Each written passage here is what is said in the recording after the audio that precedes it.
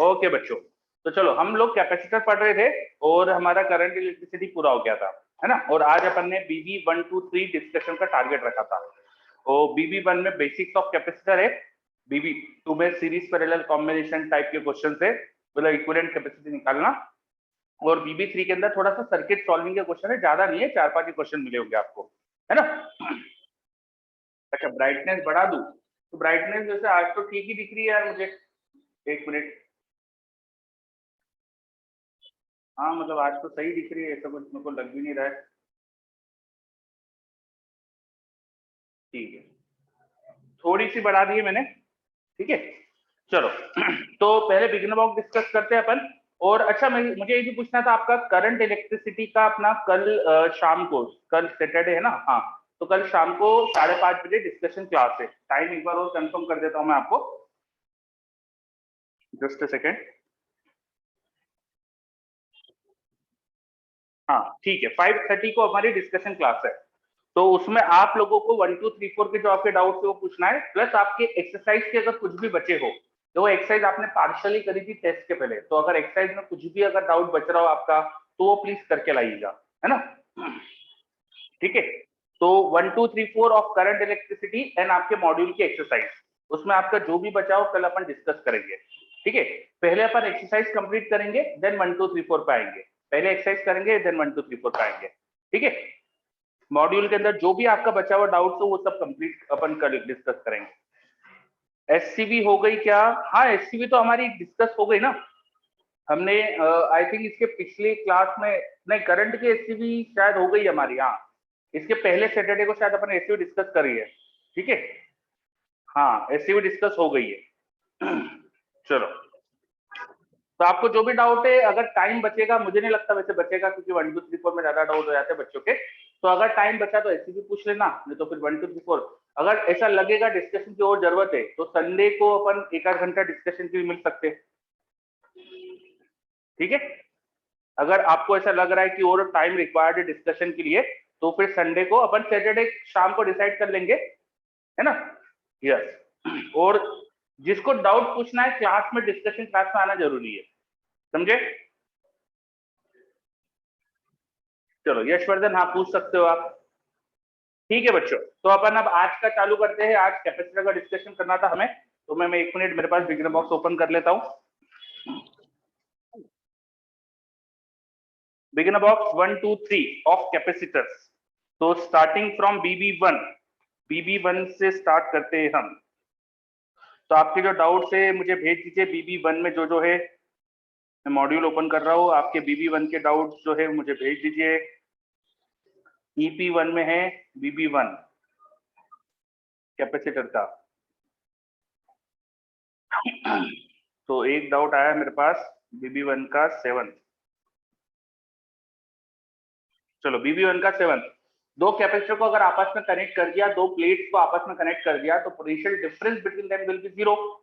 Capacitor की दो conductors को अगर आपने आपस में कनेक्ट कर दिया, तो उनका पोटेंशियल डिफरेंस 0 हो जाएगा। और पोटेंशियल डिफरेंस 0, तो क्या होगा कैपेसिटी। कैपेसिटी का फॉर्मूला क्या था? Charge on any of the conductor upon potential difference. अभी पोटेंशियल डिफरेंस ही 0 है, डिनोमिनेटर वाला टर्म, तो तुम सोच सकते हो कि क्या होना चाहिए।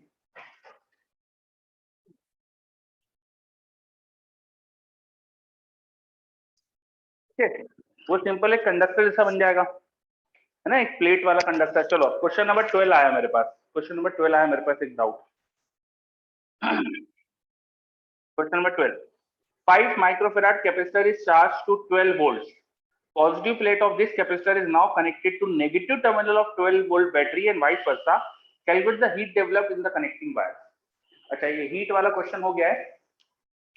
ये हीट वाला जो क्वेश्चन है ना, वही अपना अगला पोर्शन अपन पढ़ने वाले थे। ठीक है, ये जो क्वेश्चन यहाँ दे दिया इन्होंने, यही अपना नेक्स्ट पोर्शन है, हीट डेवलप कैसे निकालते हैं। ठीक है, तो क्वेश्चन क्या है समझ लो अच्छे से। एक कैपेसिटर को पहले 12 वोल्ट की बैटरी से चार्ज करा। ये कैपेसिटर है, मान लो पैरेलल प्लेट कैपेसिटर है, ये इसकी प्लेट ए है, ये प्लेट बी, प्लेट का नाम दिया। तो 12 वोल्ट की बैटरी से अपन ने 5 माइक्रोफेराड कैपेसिटर को चार्ज करा। तो उस पर चार्ज कितना आ जाएगा? Q इक्वल टू सीपी होता है, तो 12 इंटू 5 60 60 का चार्ज आ जाएगा, 60 माइक्रोकूलम का, यहाँ प्लस और यहाँ माइनस। ठीक है, ये चार्ज आ जाएगा इस पे। अब इसके बाद है ना क्या करा है क्वेश्चन में, इसको रिवर्स करके कैपेसिटर को रिवर्स करके इसी बैटरी से जोड़ दिया, कैपेसिटर को रिवर्स करके इसी बैटरी से जोड़ दिया। तो अभी जोड़ा नहीं है इसलिए मैंने स्विच यहाँ दिखा दिया। इसको मैं ऑन करने वाला हूँ स्विच को, और डायग्राम अभी ये बन गया सर्किट का। अब उन्होंने कैपेसिटर को पलट दिया, मतलब बी प्लेट इधर आ गई है, ए इधर चली गई। तो ए पर ऑलरेडी चार्ज था प्लस और बी पे माइनस था। कितना था? 60 माइक्रोकूलम। ये पहले से चार्ज थे और तुम यहाँ पे स्विच है वैसे कनेक्ट करने वाले, तो स्विच को कनेक्ट कर दोगे तो आप 12 वोल्ट पोटेंशियल डिफरेंस वापस से आएगा, लेकिन अब प्लेट बी पर हायर पोटेंशियल होगा। तो due to this connection B पर अब हायर पोटेंशियल होना चाहिए। तो ऐसा कैसे हो सकता है?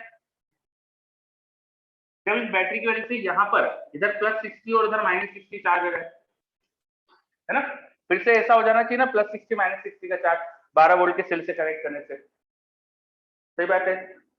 चलो बच्चे बोल रहे हैं यस, वेरी गुड, ठीक है। तो अब इस प्लेट को पहले ध्यान से देखो, इस प्लेट पे इनिशियली -60 का चार्ज था, इस प्लेट पे इनिशियली -60 का चार्ज था और यहाँ पर +60 का चार्ज आ गया। तो इससे क्या समझ में आ रहा है आपको? इस प्लेट पे पहले -60 का चार्ज था और उसके बाद में +60 का चार्ज आ गया। तो इससे क्या समझ में आ रहा है? 120 का चार्ज बैटरी से आया है, बिल्कुल सही। 120 माइक्रोकूलम का चार्ज बैटरी से आया है। बैटरी से चार्ज जो इस पे आया है that is 120 microcoulomb. The final charge on this plate minus the initial charge, final charge minus initial charge, that will be charge flowing through the cell. Cell से यहाँ पे चार्ज जो फ्लो होगा वो समझ में आ गया आपको, ठीक है? बिल्कुल सही। अब बैटरी ने कितना वर्क करा होगा इस प्रोसेस में, वो आप निकाल सकते हो। Work done by cell in this process से निकाल सकते हो। जब कैपेसिटर को बैटरी ने ये चार्ज सप्लाई करा तो कितना वर्क करा वो निकाल सकते हो। अच्छा, कैपेसिटर की एनर्जी में कोई चेंज आया क्या? क्या इस क्वेश्चन में कैपेसिटर की एनर्जी में कोई चेंज आया? कैपेसिटर की एनर्जी होती है हाफ CV स्क्वायर या half Q square by C। उसमें ओरिएंटेशन का तो कोई फर्क पड़ता नहीं है। अभी इधर प्लस इधर माइनस था, बाद में यहाँ उल्टा हो गया तो उससे कोई फर्क पड़ेगा नहीं, एनर्जी तो वही आएगी, हाफ CV स्क्वायर तो वही रहेगा इसका। तो कैपेसिटर की एनर्जी तो चेंज नहीं हुई, लेकिन सेल कुछ वर्क कर रहा है, सेल कुछ वर्क कर रहा है, सेल कुछ एनर्जी प्रोवाइड कर रहा है, बट कैपेसिटर की एनर्जी में कोई चेंज नहीं है। तो सेल का वर्क कहा गया, सेल का वर्क कहा गया, हीट में डेवलप हो गया। बिल्कुल सही बात है ना, हीट में डेवलप हो गया। तो इस क्वेश्चन का आंसर ही हो जाना चाहिए heat develop should be the work done by the cell. ये मैं क्यों बोल रहा हूं, इसका लॉजिक समझ में आ रहा है क्या? है ना? चलो, सिस्टम में आपने कुछ करा, सिस्टम में ये कैपेसिटर को आपने स्विच ऑन करके चार्ज करा। तो इस कैपेसिटर को स्विच ऑन करके चार्ज करने से कुछ चार्ज फ्लो हुआ सर्किट में, सर्किट में चार्ज फ्लो हुआ तो सेल्स कुछ वर्क करेंगे, सेल्स ने कुछ वर्क करा, सेल ने कुछ वर्क करा और हमने सिस्टम की एनर्जी का चेंज देखा। अगर सिस्टम की एनर्जी में कुछ चेंज हुआ होता तो डेफिनेटली वो सेल के वर्क से आया होता। अब यहाँ तो चेंज ही नहीं हुआ एनर्जी का, तो सेल का वर्क कहा गया, डेफिनेटली वो हीट के फॉर्म में डेवलप हुआ होगा, ठीक है? तो जब भी आपके पास ऐसे क्वेश्चन आए हीट डेवलप निकालो, ये अपन आज पढ़ने वाले थे तो इस क्वेश्चन के थ्रू ही पढ़ लेते हैं अपन। जब भी आपके पास हीट डेवलप के क्वेश्चन आए तो आप हीट कैसे निकालोगे? सिस्टम में सेल जो वर्क कर रहा है माइनस जो एनर्जी में चेंज हुआ, जो एनर्जी में चेंज हुआ, कैपेसिटर की इनिशियल एनर्जी और फाइनल एनर्जी का जो डिफरेंस आया, डेल्टा यू का मतलब होता है final energy of capacitor in the system minus initial energy of capacitor in the system. जो भी एनर्जी का डिफरेंस आया होगा work done by cell minus delta U, यही हीट में गया होगा, सिंपल सी बात है। और यहाँ पे अभी सेल ही वर्क कर रहा है, कोई और तो वर्क कर नहीं रहा है। अगर कोई और भी वर्क करता तो हीट का फॉर्मूला हो जाता कि work done by external agent plus work done by cell minus delta U कर देते। अभी कोई और काम नहीं कर रहा है तो बस ये लिखेंगे अपन, है ना? अगर सिस्टम में कोई एक्सटर्नल पर्सन भी वर्क करता तब हीट का फॉर्मूला बन जाता वर्क डन टोटल, जो भी कर रहे सेल एक्सटर्नल एजेंट सबका मिला के, this is due to cell plus due to external agent. कभी कभी क्या होता है क्वेश्चन में ऐसा दिया जाता है कि कोई एक्सटर्नल एजेंट भी कुछ काम कर रहा है, जैसे कैपेसिटर की प्लेट को पुल करा जा रहा है, कैपेसिटर की प्लेट को पुश करा जा रहा है, तो आप कुछ वर्क करोगे इस प्रोसेस में, है ना? तब हीट का फॉर्मूला हो जाएगा work done total minus delta you, अगर कोई एक्सटर्नल एजेंट भी काम कर रहा है तो। नॉर्मली एक्सटर्नल एजेंट बहुत कम क्वेश्चन में दिए जाते हैं, तो अपन को यही वाली इक्वेशन यूज करना पड़ेगा। ठीक है, तो आज जो हमको थ्योरी पढ़ना थी वो थ्योरी कंप्लीट हो गई हमारी। किसी भी सिस्टम में, कैपेसिटर के सिस्टम में, किसी भी सर्किट में आपको पूछा जाए कि कोई स्विच बंद कर दिया, कोई स्विच ओपन कर दिया, कुछ चेंज कर दिया, कोई बैटरी लगा दी, कुछ ये कर दिया, कुछ वो कर दिया, जो भी कुछ करा है उसकी वजह से आपको पूछा जाए कि हीट कितनी डेवलप होगी, तो आपको ये करना है।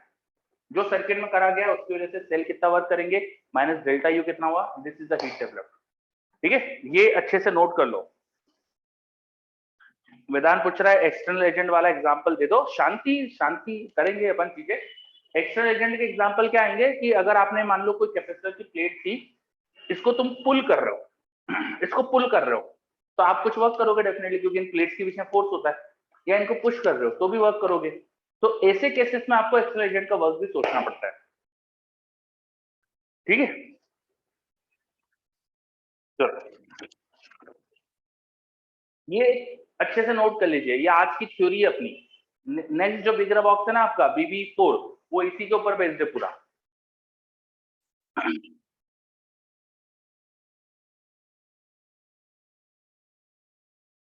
चलो हेडिंग लिख लो, हीट। हेडिंग लिख लो, हीट प्रोड्यूस। दिख रहा है तुम्हें हेडिंग क्या लिखना चाहिए? Heat produce.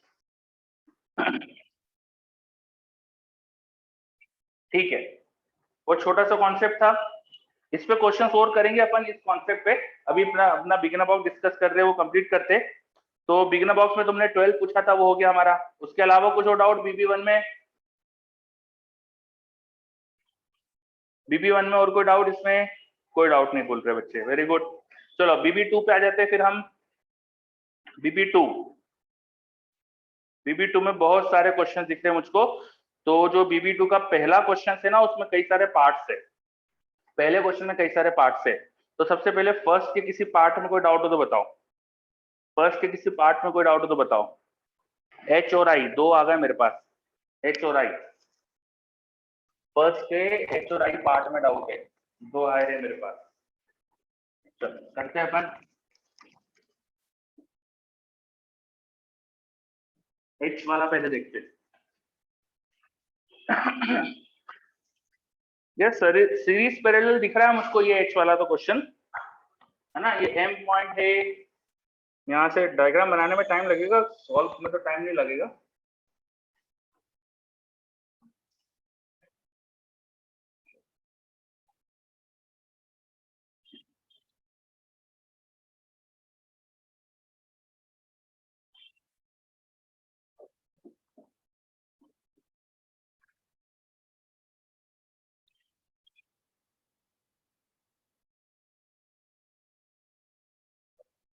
देखो बहुत ही सिंपल क्वेश्चन है। अच्छा सॉल्यूशन में जी तक दिया है, तो जरूरी थोड़ी जी तक दिया है तो अपन जी के आगे के डाउट पूछेंगे। हम कर सकते हैं क्वेश्चन। ठीक है, ध्यान से देखो, ये तीनों पैरेलल में, ये तीनों पैरेलल में, ये दिखा, ये तीनों पैरेलल में देखो अच्छे से, है ना। इन तीनों के जो टर्मिनल से, इधर वाले टर्मिनल सब आपस में जुड़े और इधर वाले टर्मिनल भी आपस में जुड़े। इन सबका पोटेंशियल डिफरेंस सेम है, यहाँ पोटेंशियल डिफरेंस, यहाँ पोटेंशियल डिफरेंस, यहाँ पोटेंशियल डिफरेंस सेम है। तो ये तीनों पैरेलल में, ये दोनों आपस में सीरीज में, ये दोनों आपस में सीरीज में, और इसका जो कॉम्बिनेशन बनेगा, इनका जो सीरीज कॉम्बिनेशन बनेगा उसके साथ ये पैरेलल में, क्योंकि यहाँ से देखो ऐसा पैरेलल में दो कैपेसिटर दिखेंगे ये।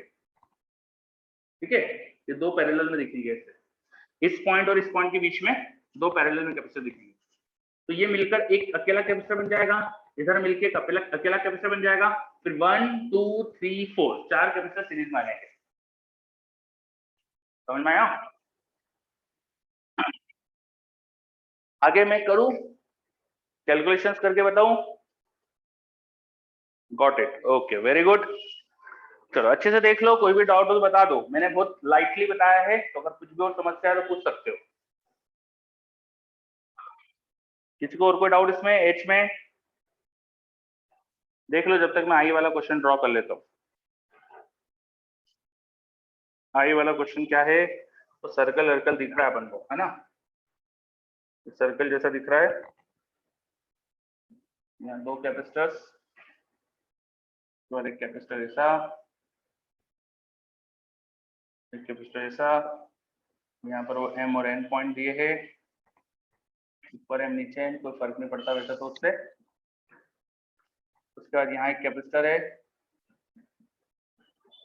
और ऐसा सर्किट दिया है। ठीक है, चलो ये वाला क्वेश्चन है हमारे पास। अब आई, अब ये भी बहुत आसान है। देखो ये दोनों देखो आपस में सीरीज में है।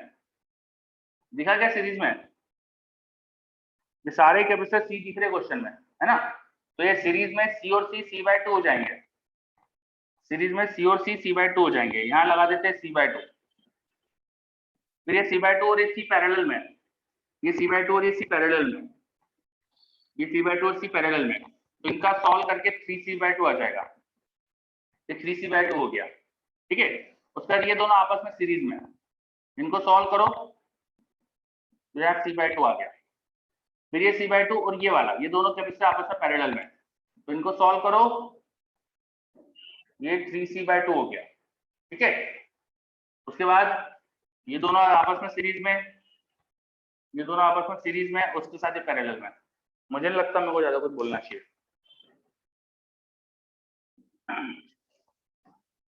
चलो बहुत बढ़िया। चलो फर्स्ट क्वेश्चन के सारे पार्ट अच्छे से क्लियर। ओके, अब सेकंड थर्ड, इनमें को doubt?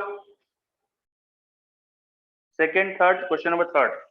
In the above question number 2, calculate the equivalent capacity between the points A and D and B, between the points B and D. AD के बीच में इक्विवेलेंट कैपेसिटी निकालनी है और फिर BD के बीच में इक्विवेलेंट कैपेसिटी निकालनी है। सेम सीरीज पैरेलल कर दो और कुछ नहीं करना है। ठीक है, तो चार चार सारे कैपेसिटर दिख रहे हैं। तो जब AD के बीच में निकालना होगा ना, तो डायग्राम थोड़ा अच्छे से बना देता हूं मैं। A और D, ये रहा A, ये रहा D, और B से D एक कैपेसिटर था, ऐसा सर्किट बन जाएगा जब AD के बीच में निकालना होगा। तो ये तीन, ये दोनों आपस में सीरीज में, उसके साथ ये पैरेलल, है ना? ये सीरीज, उसके साथ ये पैरेलल, फिर ये जो आएगा उसके साथ ये सीरीज, सीरीज पैरेलल बनते जा रहा है। अच्छा, थर्ड की लैंग्वेज में समस्या है। थर्ड के ए पार्ट में पूछा है एडी के बीच में इक्विवेलेंट कैपेसिटी निकाल लो, और बी पार्ट में पूछा है बीडी के बीच में निकालो, बीडी के बीच में। तो ये एडी वाला जो क्वेश्चन है, ये तो मुझे लग रहा है आप तुमको समझ में आ रहा है ना? ये दोनों सीरीज में, 4 और 4 कितना हो जाएगा? 2। ये हो गया 2, 2 के साथ ये पैरेलल में 6, 6 और ये 4 सीरीज में, 6 × 4 अपन 6 + 4 2.4। ये सॉल्व करके 2.4, और 2.4 के साथ ये 4 पैरेलल में, तो 6.4 आंसर एडी वाला। और बीडी वाला भी आप कर सकते हो। बीडी के बीच में कैपेसिटर है, उसके बाद ऊपर ऐसा दिखेगा आपको रोम्बस जैसा, और नीचे भी ऐसे दिखेगा, ये बी और डी पॉइंट के बीच में। तो ये 4 और 4 सीरीज में 2, 4 और 4 सीरीज में 2, 2 2 और 4 8 आंसर। अच्छा, एक आंसर अगर 4.24 है तो गलत दिया है ना? ये देखो 2.4 और ये 4, तो 6.4 ही तो आएगा ये। ठीक है, चलो क्वेश्चन नंबर 3 हो गया। क्वेश्चन नंबर 4 में भी 5 पार्ट है। क्वेश्चन नंबर 4 में कोई डाउट? 4 का बी, 4 का बी, 4 के बी में एक 3 माइक्रोफेराड, 6 माइक्रोफेराड, ये शॉर्ट हो रहे, दोनों शॉर्ट हो रहे। 3 माइक्रोफेराड को शॉर्ट करो तो उधर देखो 6 माइक्रोफेराड जो उसके साथ पैरेलल में, वो भी शॉर्ट हो रहा है। समझ में आ रही है? यस, है ना? बस वो शॉर्ट कर दो, फिर क्वेश्चन हो जाएगा। एम पॉइंट, वहां से 2 कैपेसिटर इस तरह से दिख रहे हैं मुझको। उसके बाद यहाँ 3 कैपेसिटर दिख रहा था, जिसको ऐसा वायर से कनेक्ट कर रखा है, इसके साथ पैरेलल में 6 दिख रहा था, और नीचे यहाँ पे 3 माइक्रोफेराड और दिख रहा है, और ये उन्होंने यहाँ उठा के एन बोला है। तो ये पॉइंट एन है ना, तो ये कैपेसिटर शॉर्ट हो गया, हटाओ। ये भी शॉर्ट हो रहा है क्योंकि एन, तो ये भी एन हो जाएगा, ये भी एन हो जाएगा।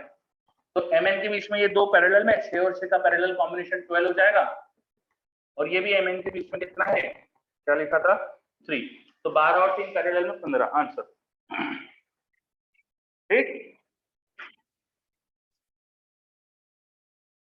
चलो और कोई डाउट? फोर्थ का हो गया है ना? फिफ्थ, फिफ्थ हो गया। अब आगे बता दो जो जो डाउट है, 6 से लेके आखिरी क्वेश्चन 23 तक। 9 का बी आया मेरे पास एक, नहीं था? नाइन्थ का बी आया मेरे पास, उसका 12th भी लिखा आ गया। चलो नाइन्थ का बी करता हूं मैं, 17 भी आया है। ठीक है, पहले तो नाइन्थ देखता हूं मैं। Question number 9, find the equivalent capacity of the combination shown in the figure between the indicated points. Indicated points के बीच में इक्विवेलेंट कैपेसिटी निकालना है। तो मुझे क्या दिख रहा है डायग्राम, ये तो व्हीटस्टोन ब्रिज जैसे डायग्राम दिख रहे हैं, बट अनबैलेंस दिख रहे हैं।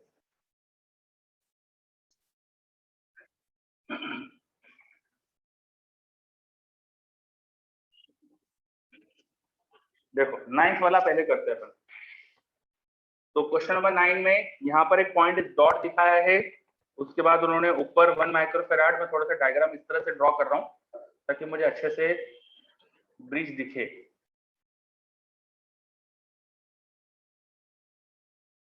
ये क्वेश्चन है हमारे पास, ठीक है।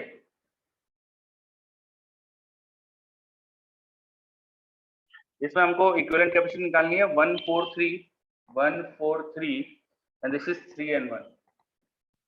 इसमें इक्विवेलेंट कैपेसिटी निकालनी है। अनबैलेंस्ड व्हीटस्टोन ब्रिज है, तो let us start by star delta. Star delta से कर लेते हैं, है ना। ये मुझे दिख रहा है डेल्टा, इसको मुझे कन्वर्ट करना है स्टार में, इसको मुझे कन्वर्ट करना है स्टार में। तो इसे स्टार में कन्वर्ट करेंगे तो मुझे ऐसा डायग्राम दिखेगा बाद में।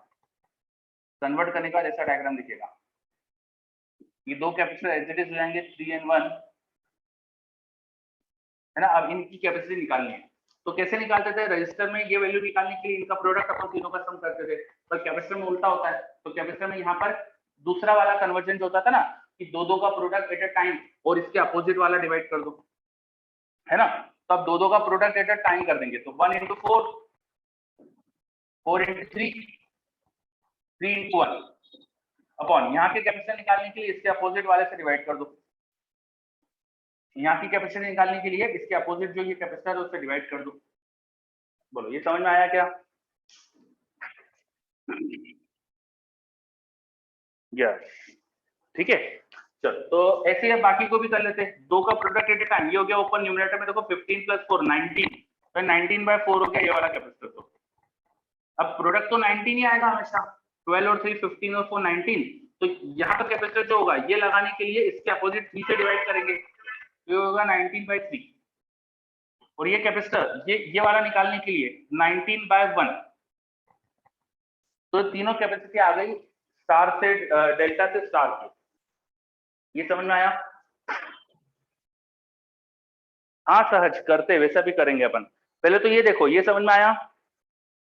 यस, बच्चे मुझे बोल रहे हैं यस, बहुत बढ़िया, ठीक है। अब इसके आगे क्या करेंगे, देखो ये दोनों सीरीज में है, ये दोनों सीरीज में है, तो इनको कॉम्बिनेशन आगे सॉल्व कर लो, ठीक है। 19/3 into 3 upon 19/3 plus 3, ऊपर क्या आ जाएगा 19/3 into 3 मतलब 19, नीचे 19/3 plus 3, तो ये 3 एलसीएम लेके ऊपर चले जाएगा, 3 3 9, 19 + 9, 19 + 9 is 28। तो ये ऊपर सीरीज आ गया सॉल्व करके 19 into 3 upon 28, नीचे 19 into 1 upon 19 + 1, तो 19 into 1 19, 19 + 1 20, और ये दोनों आपस में पैरेलल, ये दोनों आपस में पैरेलल, तो इनका पैरेलल कॉम्बिनेशन सॉल्व करने के लिए इनको ऐड करना पड़ेगा, उसके साथ ये सीरीज में आ जाएगा, तो इनका पैरेलल निकालो। तो 19 into 3 upon 28 plus 19/20, ये इनका पैरेलल कॉम्बिनेशन। 19 कॉमन लो और 2 भी कॉमन ले सकते हैं, तो 3/28 मतलब कितना आएगा इसका हाफ, 1 और 9। अरे तो ये तो डिवाइड हो रहा है ना, नहीं 38 होता है ना, ये तो गलत, डिवाइड नहीं होगा। कितना आएगा 14, ठीक है। और 19 कॉमन लिया, 1/10, इधर एलसीएम एलसीएम ले लो। अब कैलकुलेशन वगैरह छोड़ दो क्या आप, मैं इतना टाइम क्यों खराब कर रहा हूँ। ओके चलो, तो कैलकुलेशन मैंने आप पे छोड़ दी है ना, तो ये एक मैंने पार्ट बता दिया। अच्छा, कुछ बच्चों ने मुझे मैसेज करा था कि उनका इसका आंसर गलत आ रहा है, तो उन्हें गलती समझ में आ गई क्या अपनी?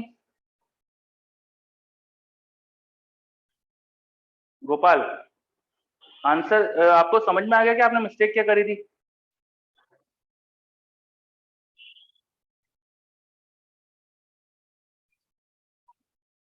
गोपाल, मिस्टेक मिल गई अभी कि नहीं मिली? इतना मेरे से हो गया था फिर भी आंसर गलत आ रहा है। अच्छा, तो इसके आगे भी अभी कैलकुलेशन होते हैं, उसमें भी बहुत गलतियां हो सकती है। ये दोनों का सीरीज कॉम्बिनेशन भी काफी लेंदी जा रहा है, इनका सीरीज भी थोड़ा लेंदी जा रहा है, फिर उनको पैरेलल में ऐड करना, फिर वो आएगा उसके साथ 19/4 को सीरीज में लेना, तो भी बहुत सारे चांस है गलती के, तो उसको थोड़ा अच्छे से करना पड़ेगा आपको। ठीक है, चलो अब इसको एक और तरीके से देख सकते हैं अपन, किरचॉफ लॉ से। जैसा रजिस्टर्स में करते थे ना किरचॉफ लॉ, वैसे यहाँ भी कॉन्सेप्ट लगा सकते हैं किरचॉफ लॉ का।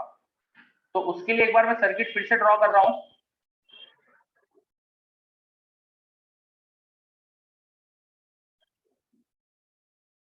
किरचॉफ लॉ से कैसे करेंगे देखते हैं। रजिस्टर्स में करा है हमने, किरचॉफ लॉ से अनबैलेंस बिट्स और बीच को सॉल्व करना। तो कैपेसिटर में भी एक बार देख लेते हैं। ठीक है, सर्किट फिर से ड्रॉ कर लिया हमने, वैल्यूज लिख देते हैं 1 4 3 एंड दिस इज 3 1। जिन पॉइंट्स के बीच में इक्विवेलेंट कैपेसिटी चाहिए उनके बीच में बैटरी एज्यूम कर लो। रजिस्टर में भी यही करते थे अपन। रजिस्टर में आप मान लेते तो बैटरी 20 वोल्ट की है, फिर करंट भेजते थे, यहाँ से चार्ज भेजो, यहाँ से चार्ज भेजो। मान लो यहाँ से क्यू चार्ज गया, मान लो यहाँ से क्यू चार्ज गया। अब वी पोटेंशियल डिफरेंस अगर क्यू चार्ज दे रहा है तो सिस्टम की कैपेसिटी क्या होना चाहिए, C should be Q should be C V. तो सी क्या होना चाहिए, क्यू बाई वी, है ना। This Q should be C V, तो this C equivalent should be Q by. ठीक है, तो अगर तुमने क्यू और बी का रेशो ढूंढ लिया तो तुम्हारा काम हो गया। अब क्यू और बी का रेशो ढूंढने के लिए पहले चार्ज को अंदर फ्लो कराओ। चार्ज मान लो यहाँ से क्यू आया, अब क्यू दो पार्ट में जाएगा, इधर मान लो स्मॉल क्यू गया, बचा हुआ capital Q minus small Q इधर गया। अब इसमें सिमेट्री है, 1 और 3, ये भी देखो 3 और 1 सिमेट्री है, तो थोड़ा आसान हो गया। यहाँ से आना चाहिए क्यू माइनस स्मॉल क्यू, और यहाँ से आना चाहिए स्मॉल क्यू। तो तुम्हें चार्ज समझ में आ रहा है किस पे क्या होने वाला है। इससे प्लस माइनस स्मॉल क्यू, यहाँ पे plus minus Q minus Q, यहाँ पे प्लस माइनस स्मॉल क्यू, है ना। और यहाँ से देखो स्मॉल क्यू आया, और इधर से capital Q minus small Q गया, तो दिस माइनस दिस बचा हुआ नीचे चले जाएगा। कितना जाएगा नीचे यहाँ पे, I think Q minus 2q minus Q जाएगा। सही बात है क्या, यहाँ पर 2q माइनस क्यू चला गया। ठीक है, इसमें से इसको सब्ट्रैक्ट कर दो। इतना क्लियर, चार्ज फ्लो करा दिया अपन ने, इतना क्लियर।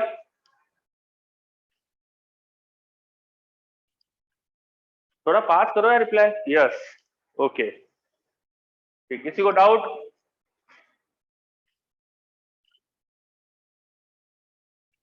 कोई भी डाउट नहीं। एक गोपाल का रिप्लाई आ रहा है, उसके अलावा बाकी सबका हो गया था क्या।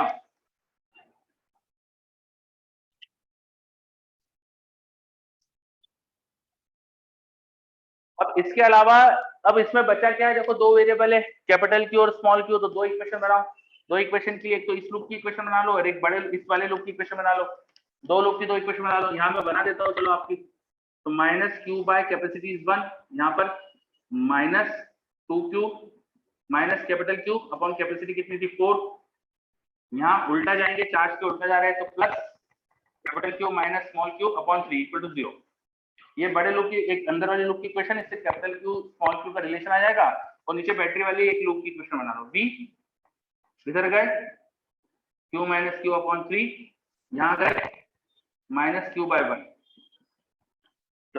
ऊपर से स्मॉल क्यू की वैल्यू निकालो यहाँ से in terms of capital Q, यहाँ रखो और क्यू बाय वी निकाल लो, सी इक्विवेलेंट आ जाएगा।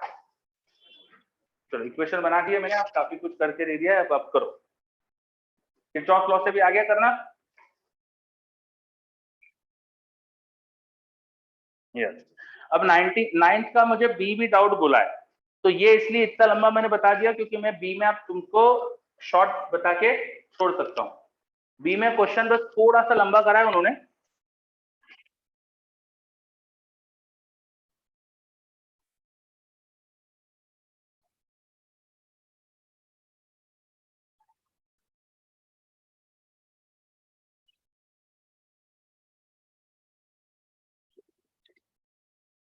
बी क्वेश्चन ये रहा। अब इसमें भी डाटा देखो 1 2 3 3 2 1 सिमेट्री है, इसमें भी डाटा देखो सिमेट्री है, 1 2 3 3 2 1 और बीच में 4 4 है सिमेट्री यहाँ पर भी।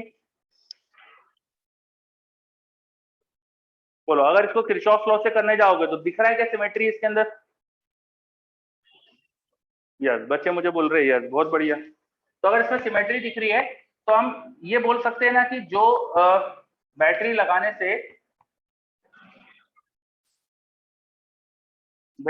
से यहाँ अगर चार्ज x गया, यहाँ चार्ज y गया, यहाँ मान लो z गया, ना बिल्कुल उल्टे ऑर्डर में जाएगा। यहाँ से जाएगा z, यहाँ से जाएगा y और यहाँ से जाएगा x। बताओ, मैं बोल सकता हूँ क्या सिमेट्री से? देख लो सब बच्चे अच्छे से। यस, बिल्कुल सही। अब तुम ध्यान से देखो, जो करंट इसमें जा रहा है वही इसमें जा रहा है, जो करंट इसमें जा रहा है वही इसमें जा रहा है। समझ में आ रहा है कि इन दोनों करंट सेम? तो इन दोनों कैपेसिटर में जो करंट था वो सेम था, तो ऐसा नहीं लग रहा ये अलग कनेक्टेड है।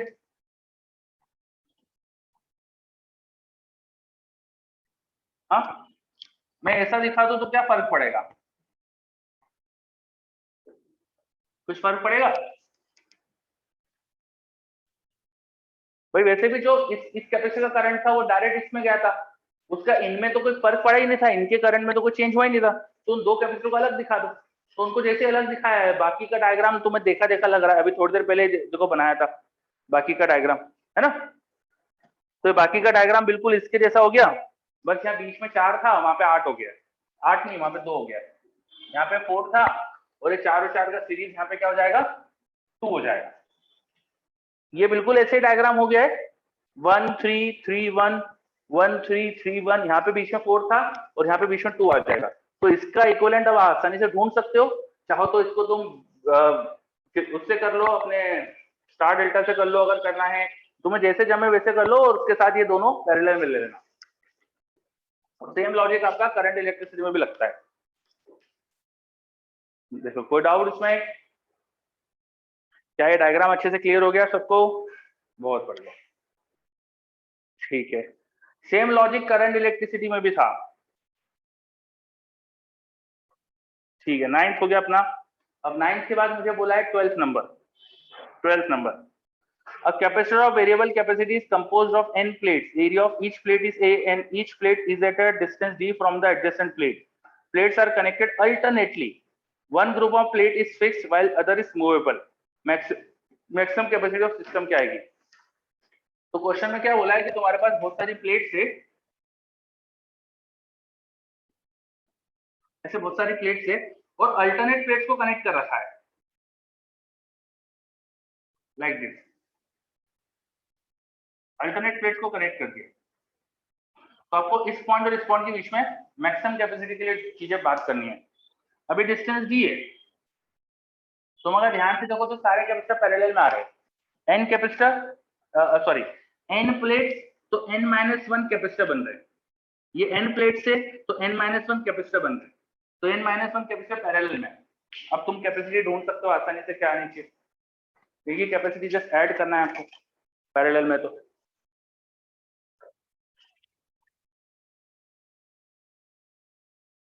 ये आया क्या? 12th।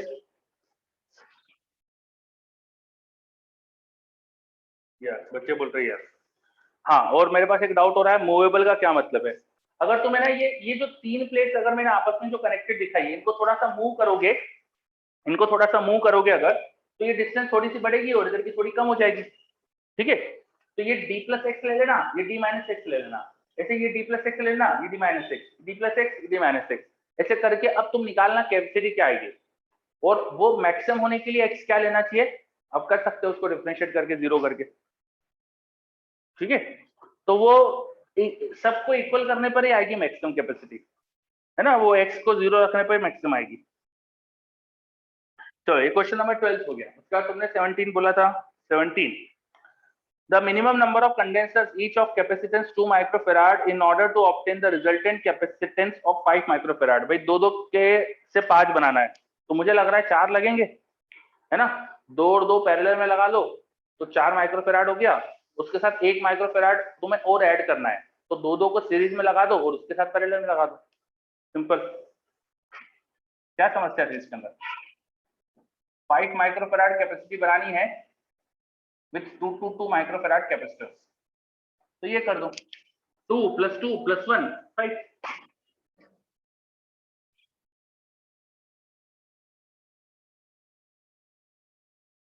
चलो गोपाल बोल रहा है ओके सर, सर मेरे 10 आ रहे थे। 10 वो अपन को कम से कम सोचना है ना, तो कम से कम के लिए करेंगे।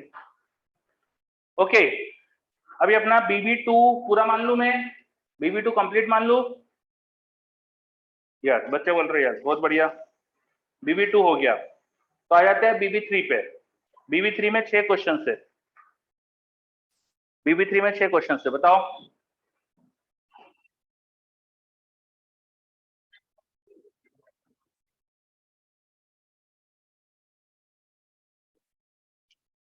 फर्स्ट के ए में जरूरत नहीं है इसलिए नहीं दिया है, थर्ड और सिक्स। तो 3 क्वेश्चन दिख रहे हैं मुझे, तो फर्स्ट का ए बोला जा रहा है और थर्ड और सिक्स। फर्स्ट में बीच वाला कैपेसिटर तुम्हें जरूरत नहीं है इसलिए दिया नहीं है। उसके अलावा और कुछ प्रॉब्लम है क्या? आप उसके बिना ही क्वेश्चन कर सकते हो, इसलिए आपको दिया नहीं है।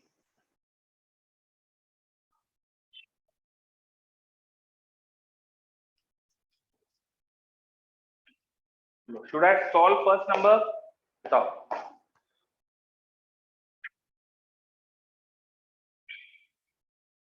यस, अच्छा। VA माइनस BB निकालना है आपको, तो यार मुझे इच्छा तो नहीं हो रही है इसको सॉल्व करने की।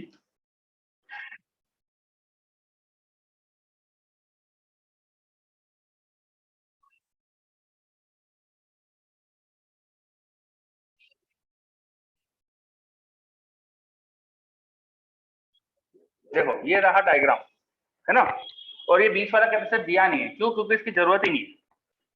आप अगर सॉल्व करोगे ना थोड़ा सा, तो आपको समझ में आएगा इसकी जरूरत नहीं है। ठीक है, चलो अब आपसे पूछा है VA माइनस BB, ये पोटेंशियल डिफरेंस पूछा है, तो इसको मान लो C, मान लो ये C है, और कुछ चार्ज वार्ज फ्लो मान लो सर्किट में से। तो मान लो कि ये बैटरी X चार्ज दे रही थी, ये बैटरी Y दे रही थी, है ना। तो Y में से X इधर गया, तो बचा हुआ Y माइनस X इधर गया। ठीक है, यहाँ से X आया, Y माइनस X में से इधर Y चला गया, है ना। इधर प्लस माइनस X चार्ज हो गए, या प्लस माइनस Y चार्ज हो गए, और यहाँ plus minus Y minus X charge हो गए। सब पे चार्ज लिख दिया, इसमें कोई समस्या?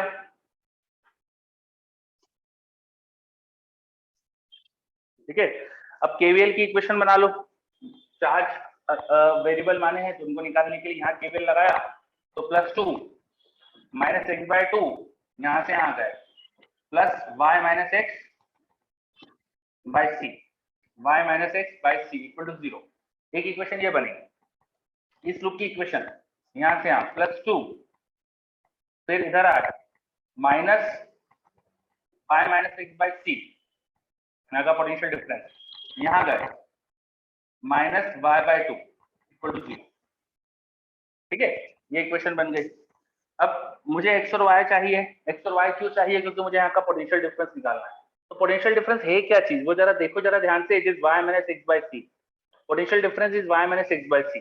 तो y minus x by C आपको चाहिए, वो कैसे निकाल सकता हूँ? तुम देखो ये दोनों में प्लस माइनस साइन के साथ y माइनस एक्स बाई सी है, इन्हें ऐड कर लो, इन्हें ऐड कर लो, इनको ऐड कर लो, तो क्या आ जाएगा यहाँ पे 4, ये दोनों कैंसिल हो गए, और minus x by two minus y by two, तो x plus y by two, ये इक्वेशन बनी।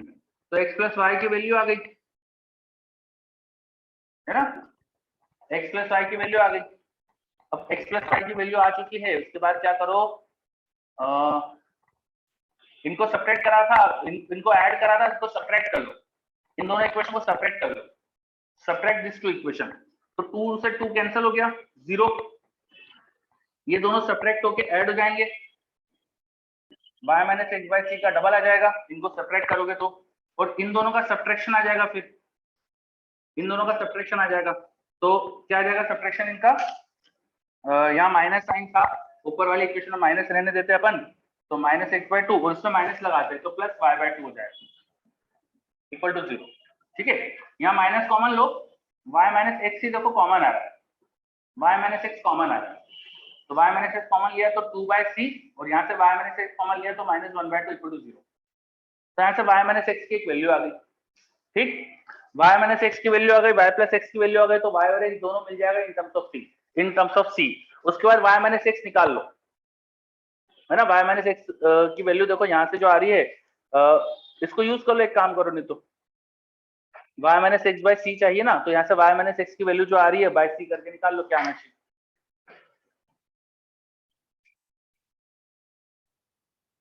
अच्छा यहाँ प्लस हाफ आएगा, नहीं, एक मिनट, मैंने यहाँ पे माइनस कॉमन लिया, माइनस कॉमन लिया अगर, तो यहाँ नेगेटिव आ जाएगा, तो y माइनस एक्स कॉमन ले लिया मैंने, तो माइनस ही आएगा बीच में, सही बात है, माइनस आएगा।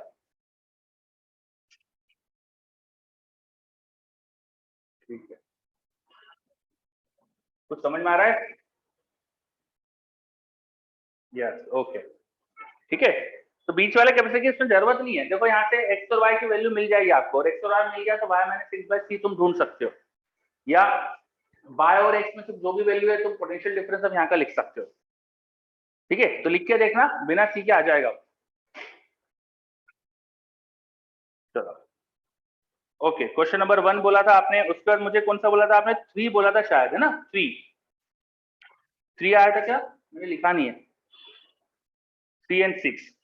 Question number 3, take the potential of point B as shown in the figure to be zero, B point का पोटेंशियल जीरो मान लेना है आपको, अलग तरह से नोडल लगाना है, find the potential of point C and D, और सी डी का पोटेंशियल निकालना है। तो मैं सॉल्व करता हूँ, देखो सर्किट बना लेते बोर्ड पे।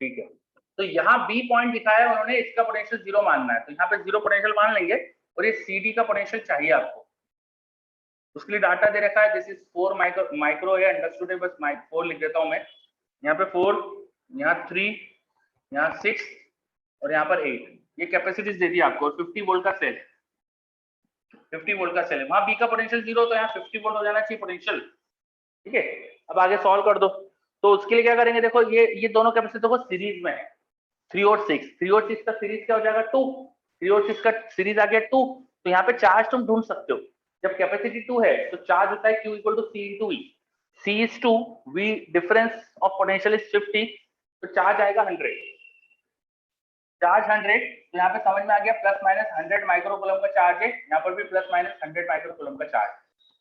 ऐसे ऊपर पे चार्ज निकाल लो, 4 कॉमन लिया, 1 इंटू 2 अपॉन 1 प्लस 2, 2/3, 2/3 इंटू 4 मतलब 8/3, ऊपर कैपेसिटी आ गई 8/3, 8/3 इंटू 50, ये होगा ऊपर चार्ज, 8/3 इंटू 50, तो कितना हो जाएगा 8/3 इंटू 50, 400/3, तो ऊपर 400/3 का चार्ज आ गया, प्लस माइनस 400/3 का दोनों पे चार्ज। क्या ये समझ में आया अभी तक का बच्चों को, ये समझ में आया क्या?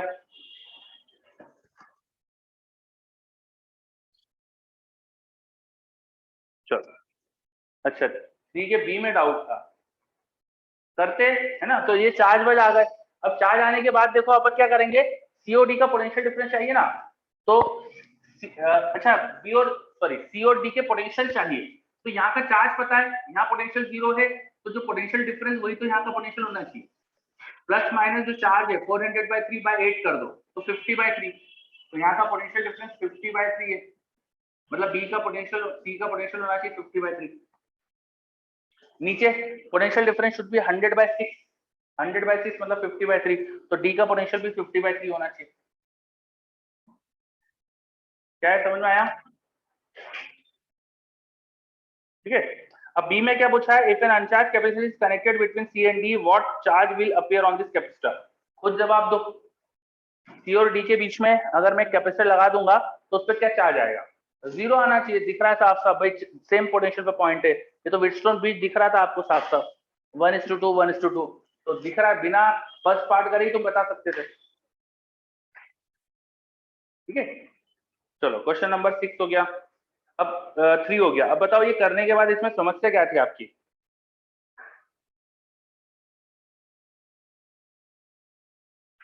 सोम बोल रहा है उसने व्हीटस्टोन ब्रिज देखा ही नहीं था, क्यों नहीं देखा, हमने पढ़ा इसलिए थोड़ी है कि नहीं देखो आप,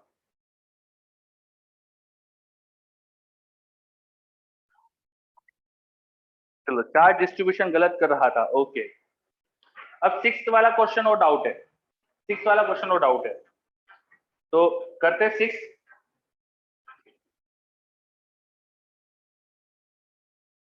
एक सेकेंड, डायग्राम बनाते हैं सबसे पहले तो, क्योंकि डायग्राम इसका काफी बड़ा है और मैं डायग्राम इसका एक ही बार बना पाऊंगा तो एक ही बार सर्किट सॉल्व कर पाऊंगा, ठीक है। आप लोगों को चीजें समझते जाना है सिक्स में, और जो डाउट आए उसी समय मुझे रोक के पूछना है। मैं कुछ भी चीज पीछे जाके नहीं करूंगा इसमें, क्योंकि मैं डायग्राम छोटा करते जाऊंगा, है ना। तो डायग्राम छोटा करते जाऊंगा तो फिर वापस डायग्राम बना नहीं पाऊंगा। चलो क्वेश्चन ढंग से समझ लो क्या है। तो 60 वोल्ट का सेल दिया है यहाँ, उसके साथ एक कैपेसिटर सी लगाया है, उसके बाद यहाँ पे स्विच विच दिया हुआ था, तो फिर आगे कुछ सर्किट है। तो ये मुझे ऐसा वायर दिख रहा है, ये कैपेसिटर दिखा रखा है 4.8, मैं माइक्रो है अंडरस्टूड है तो लिख दे रहा हूँ माइक्रो। एक कैपेसिटर यहाँ, एक कैपेसिटर यहाँ, एक कैपेसिटर यहाँ, उसके बाद ऐसे ही 3 कैपेसिटर्स यहाँ कनेक्टेड है, ठीक है। वैल्यू सबकी लिख देता हूँ मैं। This is 5, this is 3, this is 6, this is 3, this is 15 and this is 10। तो बाकी सब लिखा हुआ है। चलो क्वेश्चन के क्या बोल रहे हैं, क्वेश्चन में स्टेडी स्टेट में है। स्टेडी स्टेट का मतलब सब कुछ चार्ज वार्ज आके अब सब रुक चुका है, अब कोई चार्ज का फ्लो नहीं है। स्टेडी स्टेट मतलब चार्ज फ्लो नहीं हो रहा है। The potential difference between the point A and B is 10 volt. A और बी कहा दिखाया उन्होंने, देखो यहाँ, this is A, this is B, इन पॉइंट्स के बीच का पोटेंशियल डिफरेंस 10 वोल्ट का है, ऐसा बोला उन्होंने।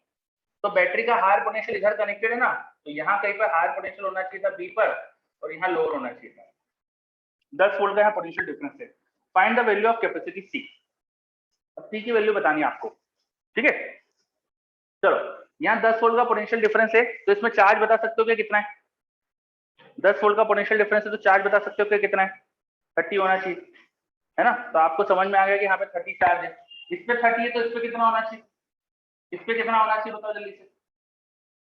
इस पे कितना होना चाहिए, 30 होना चाहिए, बिल्कुल सही। यहाँ 30 है तो यहाँ पोटेंशियल डिफरेंस कितना होना चाहिए जल्दी बताओ। यहाँ पोटेंशियल डिफरेंस 10 वोल्ट का है, यहाँ कितना होना चाहिए।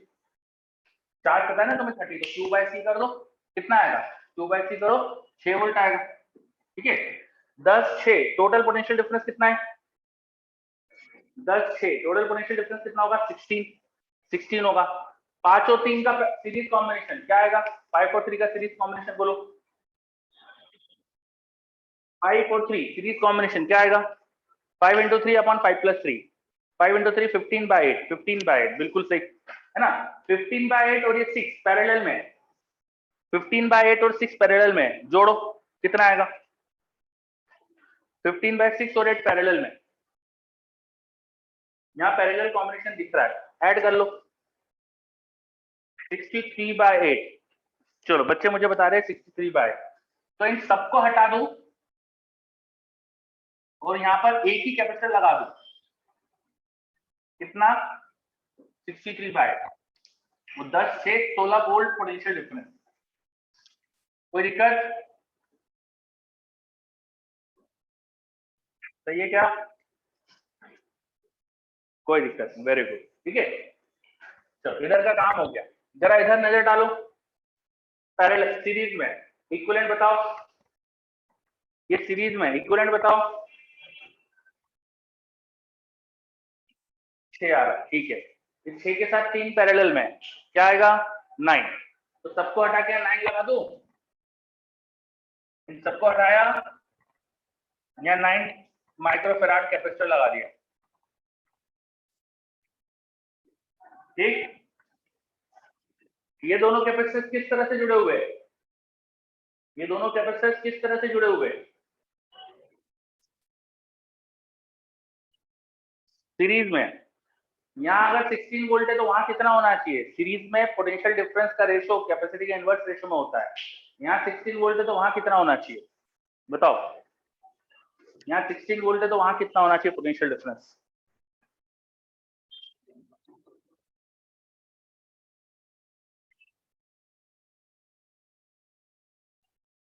सीरीज में कैपेसिटी के इनवर्स रेशियो में पोटेंशियल डिफरेंस होता है।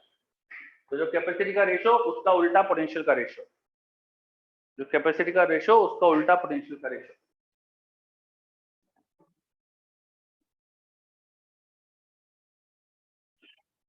गगनदीप बोल रहा है 14 वोल्ट होना चाहिए यहाँ पर। गगनदीप बोल रहा है 14 वोल्ट होना चाहिए। वैभव भी बोल रहा है 14 वोल्ट होना चाहिए। चलो सही है यार, काफी बच्चे 14 वोल्ट बोल रहे हैं। ठीक है, तो यहाँ का पोटेंशियल अगर मान लो V था तो V बाय 16, V का रेशो कैपेसिटर के उल्टे रेशो में होगा। 9 का V है तो 9 नीचे कर दो और 63/8 ऊपर कर दो। ठीक है, डिवाइड कर लो, ये 7/8 हो रहा है तो V इक्वल टू 14 वोल्ट हो रहा है। बहुत आसान। तो 14 वोल्ट और 16 वोल्ट है ना, दोनों का कंबाइंड पोटेंशियल डिफरेंस कितना हो गया? 14 प्लस 16, 14 प्लस 16 30। दोनों का मिलाकर 30 वोल्ट का पोटेंशियल डिफरेंस है। दोनों का मिलाकर 30 वोल्ट का पोटेंशियल डिफरेंस है। दोनों मिलाकर कैपेसिटी कितनी है? दोनों की मिलाकर कैपेसिटी कितनी है? 21.5। सीरीज कॉम्बिनेशन है 21.5 बता रहा है वैभव। Very good. 21.5 मतलब 4.2 है ना, 4.2। उसको ऊपर नीचे 2 से मल्टीप्लाई कर लो तो 4.2 आएगा। ठीक है, चलो तो सभी बच्चे देख लो, ये 4.2 आ रहा है। ये दोनों का कंबाइंड पोटेंशियल डिफरेंस अपन ने निकाला 14 प्लस 16 30। तो इनको हटाकर इनकी जो इक्विवेलेंट कैपेसिटी थी वो दिखा दो यहाँ। दिस वाज 4.2 एंड यहाँ जो टोटल पोटेंशियल डिफरेंस आ रहा था वो दिखा दो 14 प्लस 16 दैट इज 30 वोल्ट। क्या ये समझ में आया? चलो अब मैं करूं कि हो गया? तुम्हें दिख रहा है क्वेश्चन में कुछ? ये दोनों पैरेलल में जोड़ो कितना होगा? 9। ये दोनों पैरेलल में 4.8 प्लस 4.2 9 आ जाएगा। 9 फैराड 30 वोल्ट टोटल 60। यहाँ भी 30 होना चाहिए, यहाँ 30 होना चाहिए, ये तो ये भी 9 होना चाहिए। तो जब इक्वल कैपेसिटर होंगे तभी तो इक्वल इक्वल पोटेंशियल ड्रॉप होगा। जब यहाँ 30 का ड्रॉप होगा तो बचा हुआ 30 यहाँ ड्रॉप होगा क्योंकि टोटल 60 है। तो ये भी 9 होना चाहिए। क्या है क्या समझ में? This should also 9 microfarad because ये 9 माइक्रोफैराड में जब 30 वोल्ट का ड्रॉप है तो यहाँ पर भी 9 माइक्रोफैराड होना चाहिए, तभी 30 वोल्ट का यहाँ भी ड्रॉप होगा, तभी total 60 volt potential difference drop हो रहा है। हो गया क्वेश्चन? चलो अब बताओ क्वेश्चन में हमने क्या करा, कैसे करा, समझ में आया? वेदांत बोल रहा है कितनी देर का क्वेश्चन था? प्रैक्टिस हो जाए तो चुटकी बजा के फटाफट फटाफट हो जाती है सारी चीजें। कैलकुलेशन थोड़ी फास्ट होना चाहिए आपकी, है ना, सीरीज पैरेलल फटाफट करते आना चाहिए। तो प्रोवाइडेड कि आपने 12th क्लास तक पढ़ा है, 11th तक पढ़ा है आपने मल्टीप्लिकेशन डिवीजन, तो मुझे नहीं लगता कि नंबर के कैलकुलेशन ज्यादा टाइम लगना चाहिए। और अगर आप नंबर का कैलकुलेशन कैलकुलेटर से करते हो तो फिर आपको बहुत टाइम लगेगा, तो फिर एग्जाम में आपसे नहीं होगा ये। ठीक है, हाँ ओके। और कोई डाउट? BB3 तक सब हो गया अब?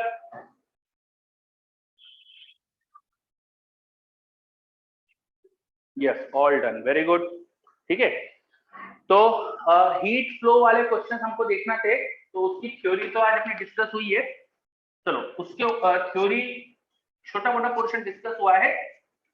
हमने सर्किट सॉल्विंग भी पढ़ी थी लास्ट क्लास में। तो एक दो क्वेश्चंस करते हैं हम, जिसमें मैं धीरे धीरे आपको हीट फ्लो वाला कॉन्सेप्ट इन्वॉल्व करा दूंगा। एक दो क्वेश्चन करते हैं सर्किट सॉल्विंग के और धीरे धीरे आपको हीट फ्लो का कॉन्सेप्ट में इन्वॉल्व करवा दूंगा। हाँ चलो तब क्वेश्चन स्टार्ट करते हैं। देखो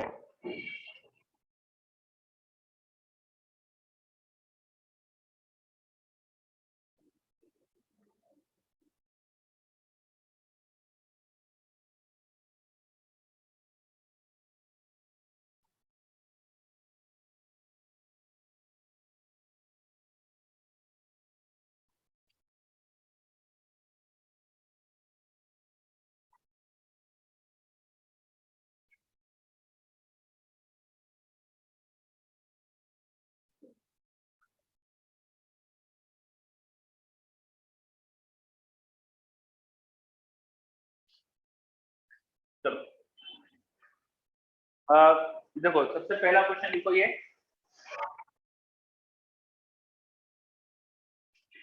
इसमें दो स्विच है, स्विच S1, स्विच S2। पहले दोनों स्विच ओपन थे, all the capacitors were अनचार्ज, all capacitors वर अनचार्ज, सारे कैपेसिटर पहले अनचार्ज थे, किसी पे कोई चार्ज नहीं था, and switches are open, and switches are open, switches open, ठीक है। पहला पार्ट क्वेश्चन का, when S1 is close, S1 को जब क्लोज करा तो क्वेश्चन का उसमें फर्स्ट चीज पूछी मैंने आपसे, चार्ज फ्लो टू सेल क्या होगा,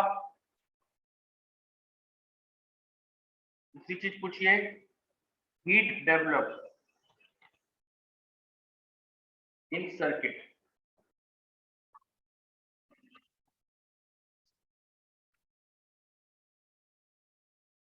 तो स्टार्टिंग करते हैं अपन हीट फ्लो वाले क्वेश्चंस की, हीट वाले क्वेश्चंस की।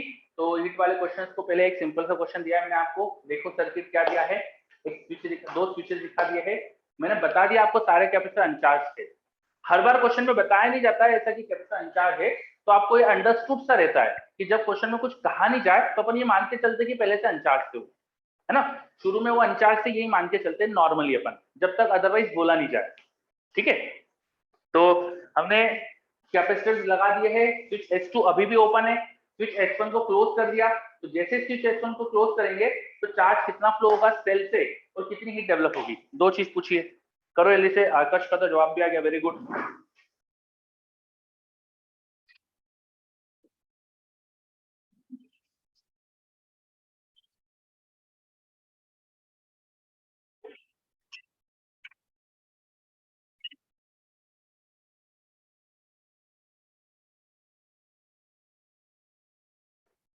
देवेश हीट का आंसर गलत है देवेश।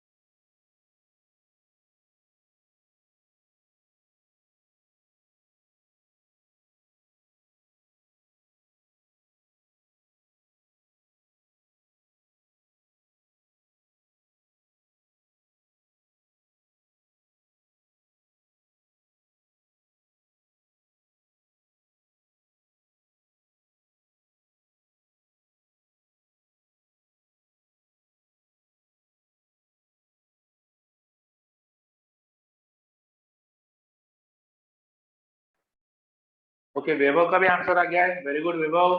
चेक करते,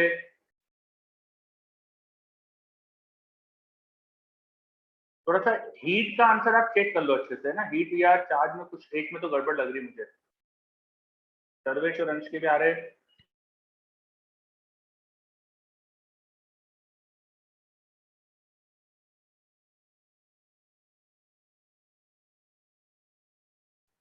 हाँ सम्यक के सही लग रहे मुझे आंसर, सिद्धेश के भी सही है, वेदांत हीट का गलत लग रहा है।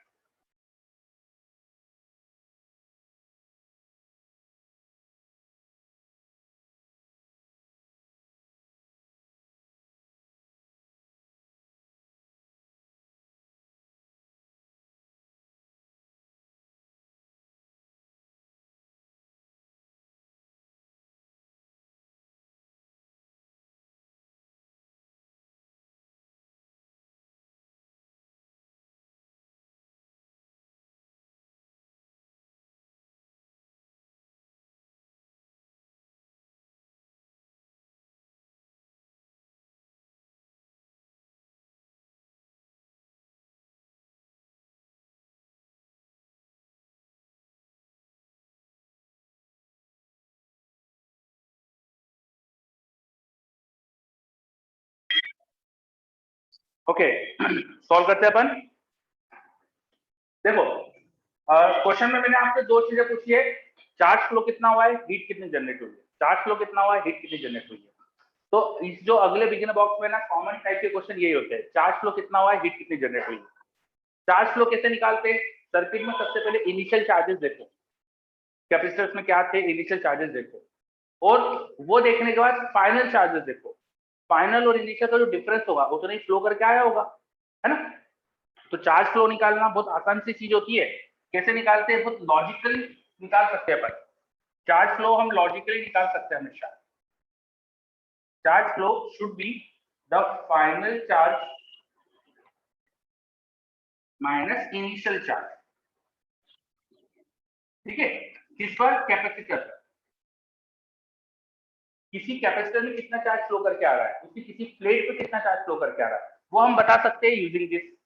उस प्लेट पे फाइनल चार्ज कितना आया माइनस इनिशियल चार्ज कितना आया। जब आपसे सेल से पूछा जाएगा ना चार्ज फ्लो कितना हुआ है, तो कैपेसिटर्स में चार्ज फ्लो देखकर हम सेल से चार्ज फ्लो इजीली निकाल सकते हैं।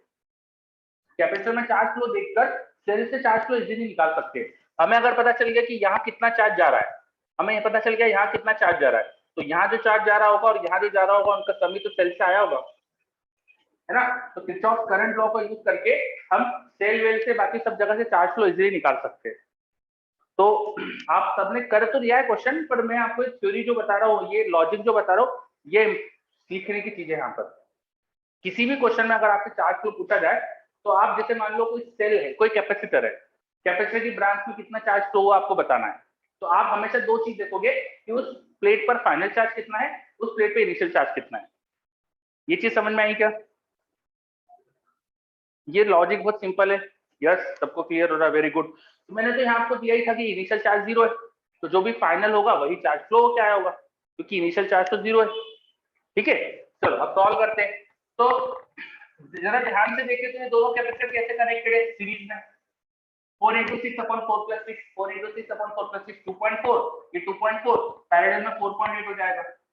पैरेलल में 4.8, तो जब ये 20 वोल्ट का सेल यहाँ कनेक्ट होगा, तो आफ्टर कनेक्शन मुझे ये इक्विवेलेंट सर्किट ऐसा लग रहा है कि ऊपर 4.8 माइक्रोफैराड की कैपेसिटी है और 20 वोल्ट का सेल।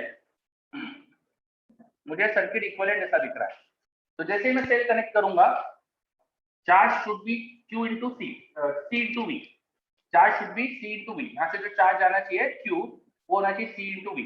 तो 4.8 into 20, तो 96 माइक्रोकूलम का चार्ज है। चार्ज फ्लो तो हमें आसानी से पता चल गया सेल से कितना होगा, क्योंकि सेल ने 4.8 माइक्रोफैराड को चार्ज करा है, तो इतने चार्ज फ्लो हुआ होगा।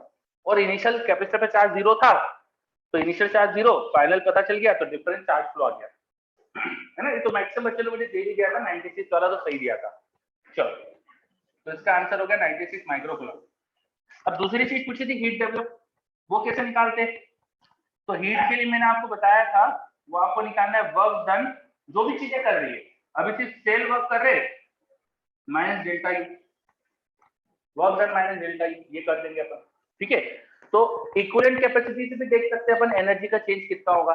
पहले ये अनचार्ज थी, तो initial energy 0, initial energy 0 because this was अनचार्ज।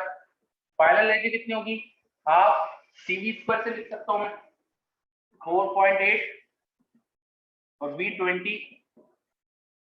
ठीक है, पोटेंशियल डिफरेंस 20 आ रहा है, तो सॉल्व कर लो। ये 20 का स्क्वायर विल बी 400 बाय 2 करेंगे तो 200, तो 4.8 into 200, है ना। 4.8 into 2 9.6, तो 960 माइक्रोजूल। ये आ रहा है हमारे पास final energy. Initial final energy का difference will be delta U, तो डेल्टा यू निकाल लो, समझ में आ गया मुझे कितना है डेल्टा यू, 960 माइक्रोजूल। ये डेल्टा यू निकाला। अब बैटरी ने वर्क कितना करा वो निकालो। वर्क डन बाय सेल कैसे निकालते हैं, मैंने बताया था शायद लास्ट क्लास में।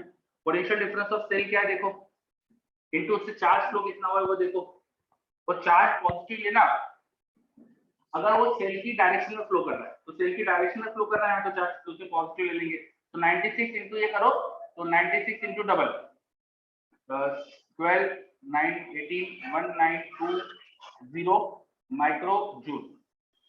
यह आ जाएगा हमारे पास। difference of these two should be the heat developed. So this implies that heat developed is 1920 minus 960 तो 960 आ जाएगा आंसर। तो मैक्सिमम बार ऐसा होगा, मैंने बताया था ना कि सेल जो वर्क करता है उसका आधा हीट में जाता है और आधा कैपेसिटर को मिलता है, ऐसा मैक्सिमम जगह होता है, पर इसे रटना नहीं है आपको, हीट हमेशा निकालने के लिए बेसिक से करना है, ठीक है।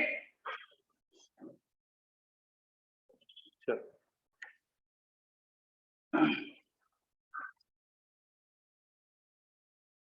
देखो सब बच्चे जल्दी से, कोई डाउट तो पूछो।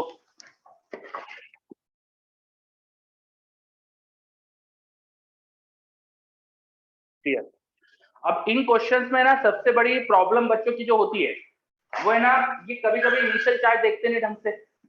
इनिशियल चार्ज क्या है, वो ये ध्यान में रखते हैं कि चार्ज फ्लो निकालने के लिए फाइनल और इनिशियल का डिफरेंस लेना है। कई बार सिर्फ फाइनल चार्ज को चार्ज फ्लो मान लेते हैं, तो ये वाली गलती होती है, इसको आपको बचाना है। फिर पोटेंशियल एनर्जी का चेंज होता है यहाँ पे, ये ध्यान नहीं देते। पोटेंशियल एनर्जी का चेंज के लिए आपको इनिशियल भी देखना है, फाइनल भी देखना है, दोनों का डिफरेंस लेना है। तो इसको बेसिक से ढंग से करोगे ना तो क्वेश्चन में कभी गलती नहीं होगी। ओके चलो, क्वेश्चन का first part clear.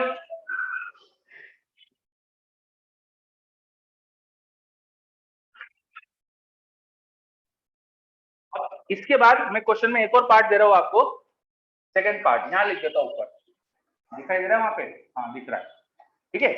Switch S2 को भी क्लोज कर देते। Now S2 is also close, what will be heat develop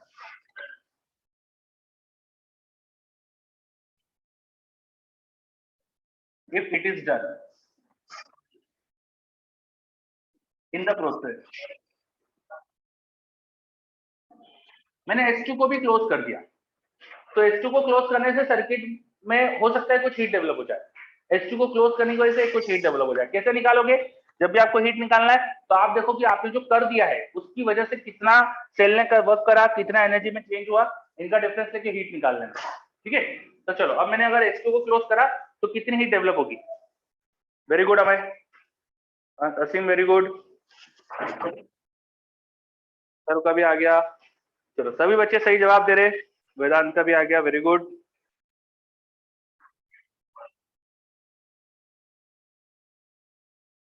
तो हम गलत है, कीर्ति गलत है, अंश बिल्कुल सही, गगनदीप गलत है,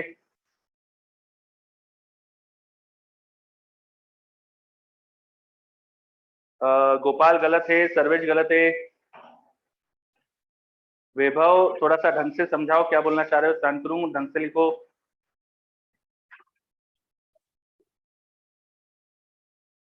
मैंने S1 क्लोज करने के बाद करा है, हाँ मैंने, लिखो देखो क्या लिखा, नाउ, नाउ मतलब अब ऐसा कर दिया, फर्स्ट पार्ट के बाद करा मैंने, ठीक है। तो व्हेन S1 वाज क्लोज, उसके बाद मैंने अब S2 भी क्लोज कर दिया। तो मैंने पूछा कितनी हीट डेवलप हो जाएगी due to the closing of S2, S2 को क्लोज करने की वजह से कितनी हीट डेवलप होगी। Yes Sarvesh very good, Shantanu very good. चलो, तो इसका आंसर होना चाहिए जीरो, इसका आंसर होना चाहिए जीरो, इसका आंसर होना चाहिए जीरो, क्योंकि आप अगर ध्यान से देखो तो ये विटस्टोन है, 4466 विटस्टोन है, ठीक है। तो इसको क्लोज करोगे ओपन करोगे कोई फर्क नहीं पड़ने वाला सर्किट में। अगर इस स्विच को बंद करोगे तो कोई चेंज ही नहीं होगा, there will be no charge flow through any cell, there will be no change in energies of any capacitor, तो there is no work done by cell, there is no change in energy, तो ये दोनों zero है, तो heat develop should be zero. तो समझ में आ रहा है। If S2 is closed, then there is no change at all in the circuit, circuit में कुछ चेंज ही नहीं हो रहा, और जब कुछ चेंज ही नहीं हो रहा है तो कोई वर्क भी नहीं हो रहा है सेल का, कोई एनर्जी का चेंज भी नहीं हो रहा है, तो total energy, total heat develop zero, ठीक है। चलो, नहीं नहीं S1 से नहीं पूछा है मैंने, मैंने पूछा क्या था क्वेश्चन में, मैं लैंग्वेज फिर से क्लियर करता हूँ क्वेश्चन की। मैंने पूछा था कि S2 तो S1 तो क्लोज कर चुके थे, अब मैंने नाउ S2 भी क्लोज कर दिया, तो due to closing of S2 उसमें क्या हीट डेवलप होगी, what will be heat develop in the process, इस प्रोसेस में। यस बिल्कुल सही, ठीक है। चलो, तो अब ये क्वेश्चन सबको क्लियर हो रहा है, वेरी गुड। नया क्वेश्चन दू, नेक्स्ट क्वेश्चन दे, ओके नया क्वेश्चन, नया क्वेश्चन देखो,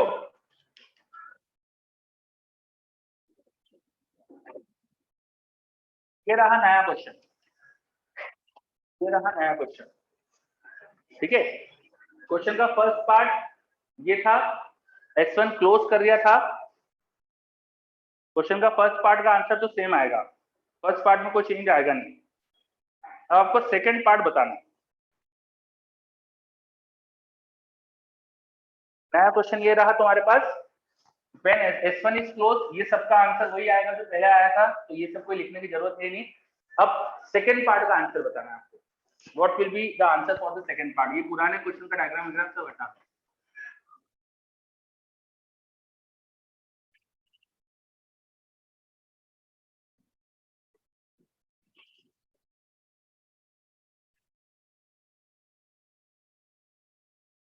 क्वेश्चन का फर्स्ट पार्ट हो चुका है कंप्लीट। अब मैंने सेकंड पार्ट पूछा, now H2 is also close, what will be heat developed in this process, in this process. H2 को क्लोज करने की प्रोसेस में अब कितनी हीट डेवलप होगी, तो डायग्राम में चेंज कर दिया मैंने, ध्यान से देख के करो।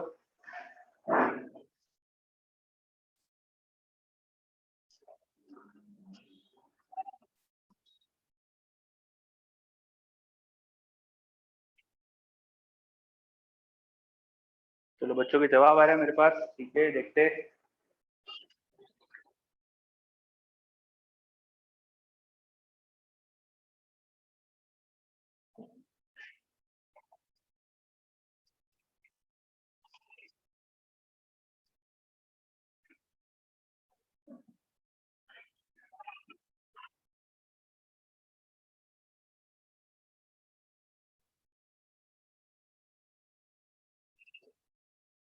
तो इसमें गलतियों के काफी चांस है, तो आपको थोड़ा सा हिंट दे देता हूं मैं सॉल्व करने से पहले कि आप गलती ना कर दो, इसलिए मैंने इस ओनली इस प्रोसेस की हीट पूछ किया है ना। शुरू में जो हीट प्रोसेस हीट हो गई उसका कोई लेना देना नहीं। मैंने पूछा है कि अब कितनी हीट डेवलप होगी जब H2 क्लोज करेंगे। ठीक है, तो H2 क्लोज करने के जस्ट पहले और जस्ट बाद, जस्ट पहले और जस्ट बाद के चार्जेस देखकर आप चार्ज फ्लो निकालोगे। H2 क्लोज करने के जस्ट पहले की सिचुएशन देखो, H2 क्लोज करने के जस्ट बाद की सिचुएशन देखो, और उनमें चार्जेस क्या आएंगे उनका डिफरेंस लेके चार्ज फ्लो निकालो, और फिर अपन नए तरह से हीट निकालेंगे, सब कुछ करेंगे। ठीक है, तो बिफोर क्लोजिंग H2 पहले डायग्राम बना लेता हूं मैं। बिफोर क्लोजिंग H2 मुझे क्या दिखेगा, मैं बना लेता हूं डायग्राम।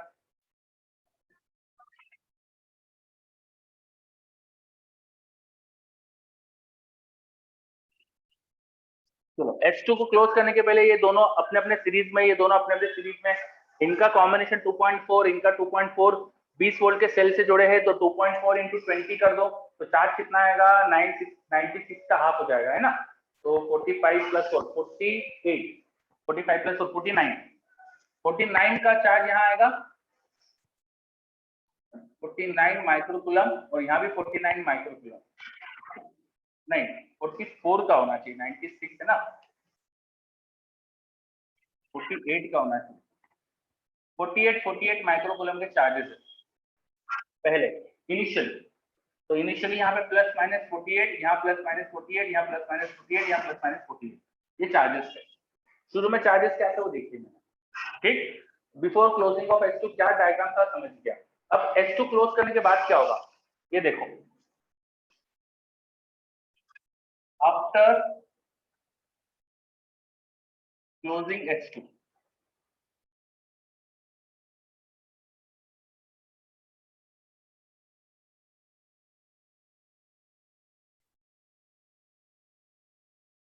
आफ्टर क्लोजिंग H2, इसको क्लोज करने के बाद क्या होगा वो अब आपको अच्छे से डायग्राम बना के देखना पड़ेगा। ठीक है, तो मैंने स्विच को जब क्लोज करा तो ये दोनों पैरेलल में हो गए, 4 से 10, 4 से 10, 10 10 20, सॉरी 10 10 का 5, इक्विवेलेंट कैपेसिटी 5 आएगी, इजंट इट, इक्विवेलेंट कैपेसिटी अब 5 आएगी, सही बात है क्या, है ना।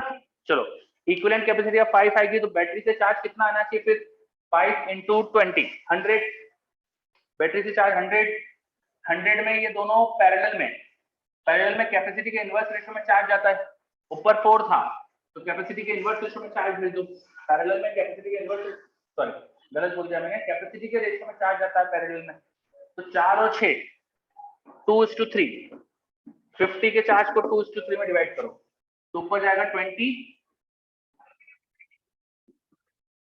नीचे जाएगा 30। 50 का टोटल चार्ज आ रहा था बैटरी से, 50 नहीं 100 का आ रहा था ना, मैंने कल फिर कैलकुलेशन गलती कर, 20 वोल्ट का सेल था और 5 माइक्रोफैराड कैपेसिटी आएगी, तो 20 × 5 100 का चार्ज आएगा। 100 को 2:3 में डिवाइड करना है, तो यहाँ 40 और यहाँ 60। ये समझ में आया क्या आपको? ऊपर 4 माइक्रोफैराड और यहाँ पर था 6 माइक्रोफैराड। टोटल 100 माइक्रोकूलम का चार्ज आया। इन दोनों का पैरेलल कॉम्बिनेशन जो बना था 10 माइक्रोफैराड का जो कैपेसिटर बना था इनका पैरेलल, उस पर टोटल चार्ज 100 था। तो 100 को दोनों की कैपेसिटी के रेशियो में डिवाइड कर दिया, 2 = C भी होता है, तो चार्ज को कैपेसिटी के रेशियो में डिवाइड कर दिया। ये समझ में आया? बच्चे बोल रहे यस, वेरी गुड। फिर इधर वाले कैपेसिटर्स में क्या होगा, ये ऊपर नीचे उल्टे हो गए ना, तो यहाँ +-60 होगा और यहाँ +-40 होगा। ठीक है, तो ये मैंने चार्जेस डिस्ट्रीब्यूट कर दिए। लेकिन क्या बैटरी ने 100 माइक्रोकूलम का चार्ज दिया होगा क्या? बताओ, बैटरी को 100 माइक्रोकूलम एग्जैक्टली देना पड़ा होगा क्या? क्या बैटरी को 100 माइक्रोकूलम देना पड़ा होगा? नो, आंसर इज नो, क्योंकि बैटरी ने ऑलरेडी 96 दे चुका था, तो बैटरी को बस 4 एक्स्ट्रा देना है। बैटरी ऑलरेडी 96 दे चुकी थी, यहाँ से बैटरी बस 4 माइक्रोकूलम का चार्ज देगी, 4 माइक्रोकूलम का चार्ज देगा सेल बस।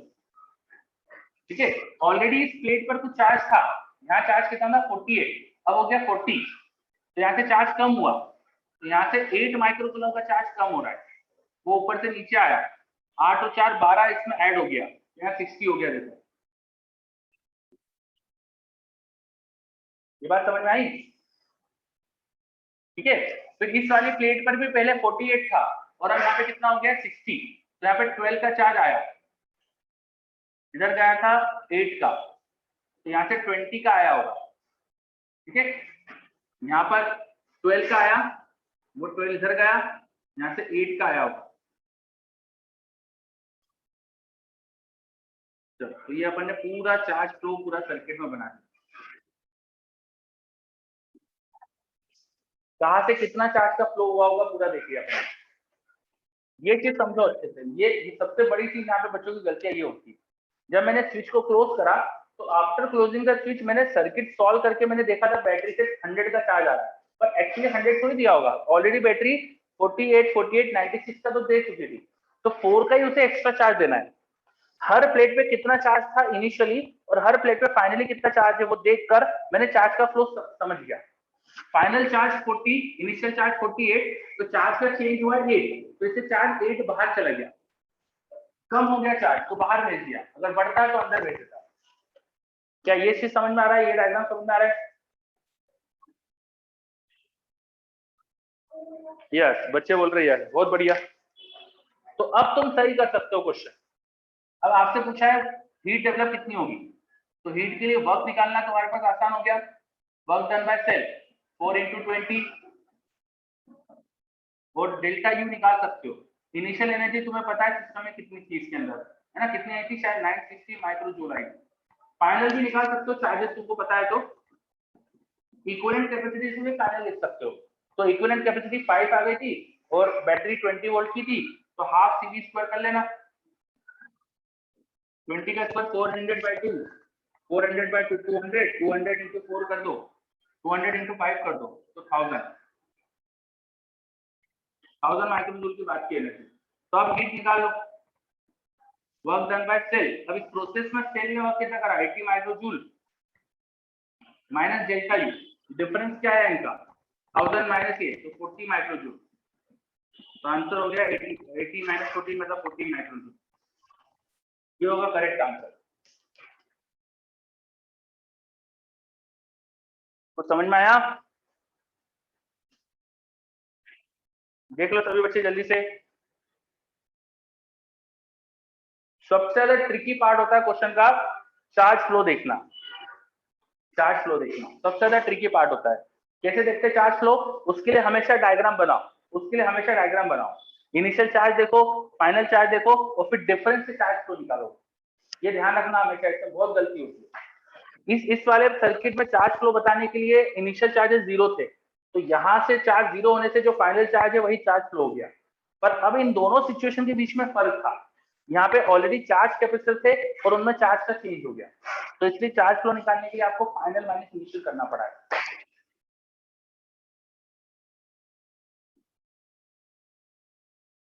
बच्चे पूछ रहे चार्ज फ्लो का यूज क्या हुआ इसके अंदर, ये वर्क डन बाय सेल में हुआ ना बेटा चार्ज फ्लो का यूज। एक सेल से 4 माइक्रोकूलम चार्ज फ्लो हुआ, तो उसका वर्क ऐसे निकालेंगे ना अपन, ठीक है। और क्वेश्चन अभी तो आसान था, एक ही सेल था, मल्टीपल सेल होते तब तो हर सेल से अलग अलग चार्ज कितना फ्लो हुआ वो मुझे निकालना पड़ता, ठीक है। तो क्वेश्चन ये थोड़ा आसान था, थोड़ा टफ क्वेश्चन जो होगा मल्टीपल सेल वाले उसमें तो बहुत ज्यादा जरूरत होती है इस चीज की।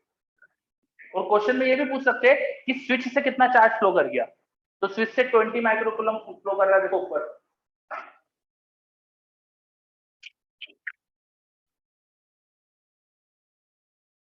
चलो, स्विच से चार्ज कितना फ्लो हो गया ये पूछा जा सकता है आपसे, तो स्विच से चार्ज फ्लो के लिए अपन को चार्ज फ्लो की जरूरत थी, तो बिना चार्ज फ्लो के मत करना, क्लियर।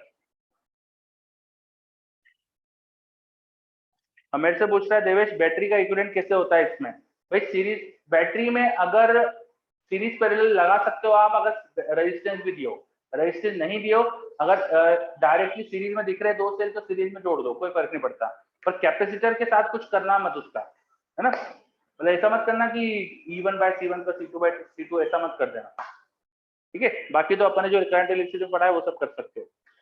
चलो, तो चार्ज फ्लो और हीट जनरेशन के क्वेश्चन अपन देख रहे थे, तो इस क्वेश्चन में मैंने आपसे हीट कितनी जनरेट होगी ये पूछा था, तो आपने बता दिया।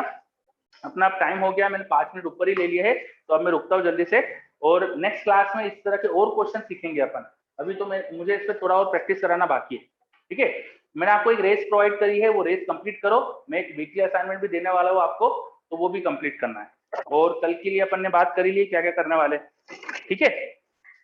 चलो बच्चों, कल मिलते हैं फिर, बाय सबको, take care, thank you all of you.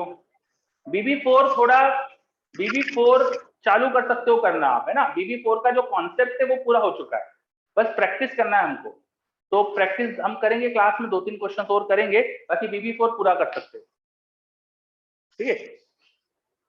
चलो बाय सबको।